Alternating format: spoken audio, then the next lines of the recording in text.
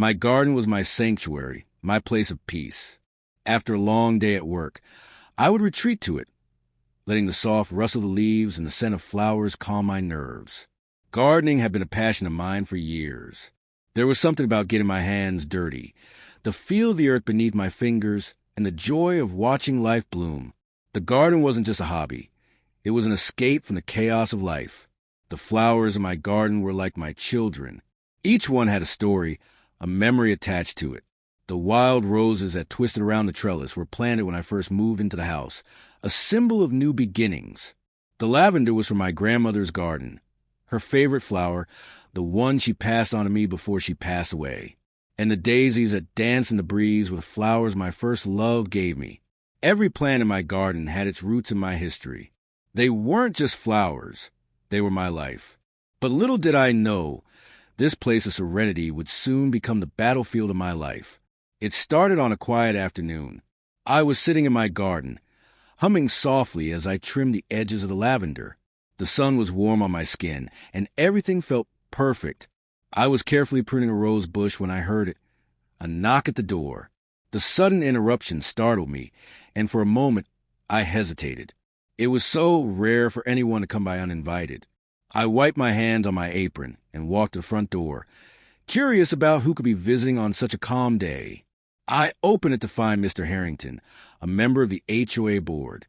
He was standing there with his usual air of authority, clipboard in hand.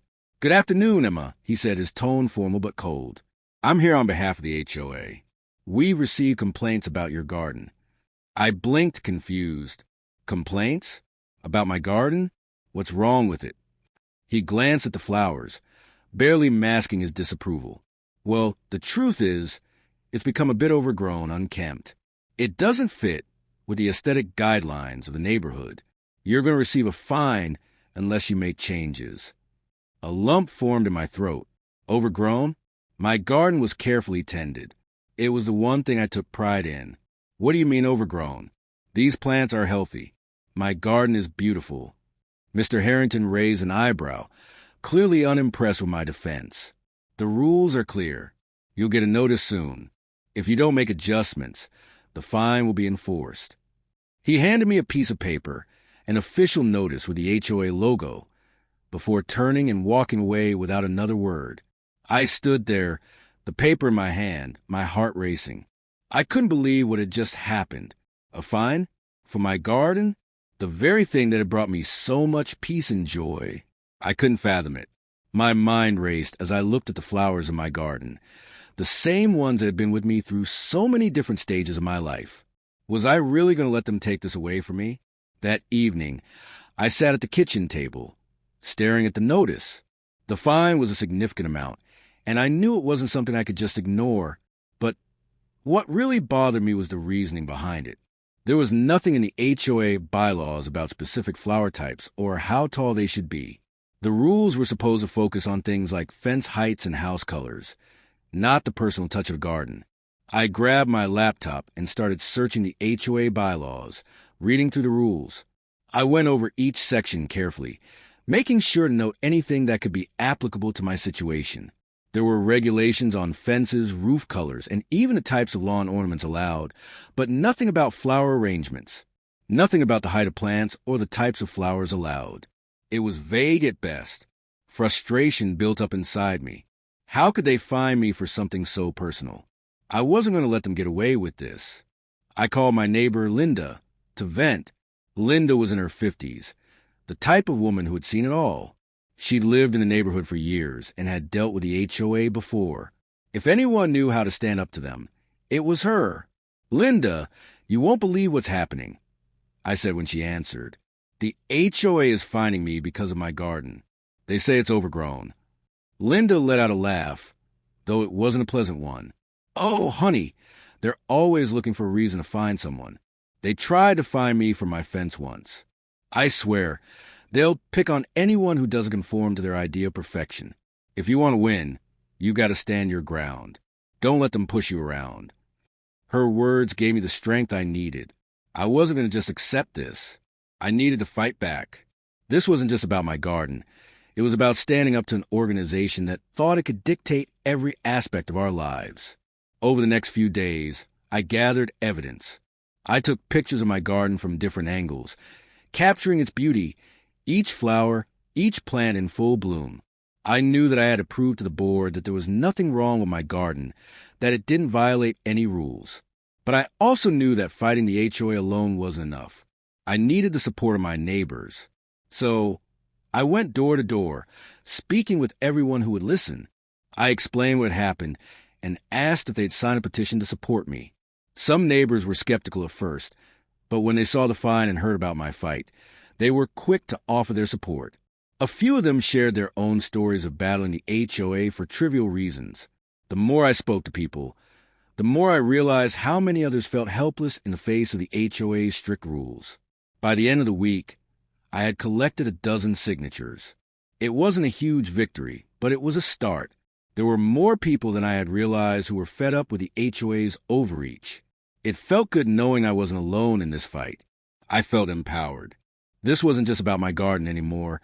It was about standing up to a system that was used to getting its way, no matter the cost. It was about refusing to be bullied by a faceless organization that had no regard for what mattered to the people it claimed to serve. The day of the HOA meeting arrived. I had butterflies in my stomach as I walked to the community center. The board members sat at the front, stone-faced and formal, as usual. Mr. Harrington was there too, his expression smug, as always. But I could see it in his eyes, a flicker of uncertainty. He didn't expect me to show up with evidence and a petition. I stood up, walked to the front of the room, and addressed the board.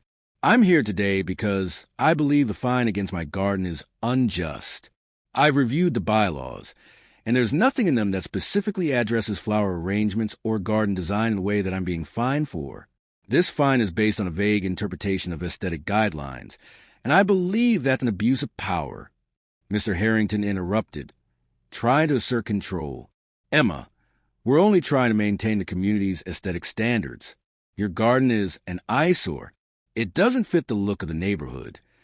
I disagree, I said, cutting him off. My garden is a work of art. It's a reflection of who I am, and it doesn't harm anyone. You have no right to impose these rules on me, especially when they're not even clearly defined in the first place. The room grew tense.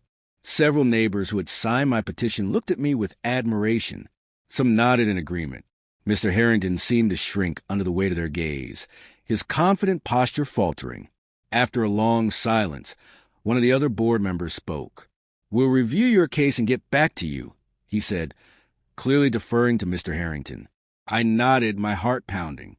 I knew I had made my point. A week later, I received a letter from the HOA.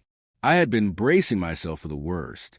But when I opened the envelope, my heart skipped a beat. The fine had been revoked. Not only that, but the HOA had also apologized for the misunderstanding and agreed to update the garden regulations to be more specific about flower arrangements, ensuring no one would face the same confusion I had. I couldn't believe it. I had won.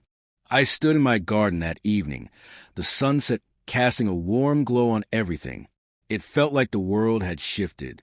I was no longer the woman hiding behind her flowers, afraid to speak up. I had fought for my rights, for my space, and I had come out on top. The victory was sweet, but it was more than just a win against the HOA. It was a reminder that standing up for what you believe in, even when it feels impossible, is worth it. My garden was mine once again, and it felt more beautiful than ever. Epilogue, a changed community. In the months that followed, the community began to change. More neighbors began to question the HOA's overbearing rules. People felt emboldened to express themselves, knowing that they didn't have to be silent in the face of injustice. I wasn't the only one who stood up that day. I had sparked something bigger, a shift in the way people viewed their rights and the HOA's power. And my garden? It blossomed even more. It was no longer just a place of solitude for me. It became a symbol of defiance, of strength, and of community. A reminder that no one should ever be afraid to fight for what they love.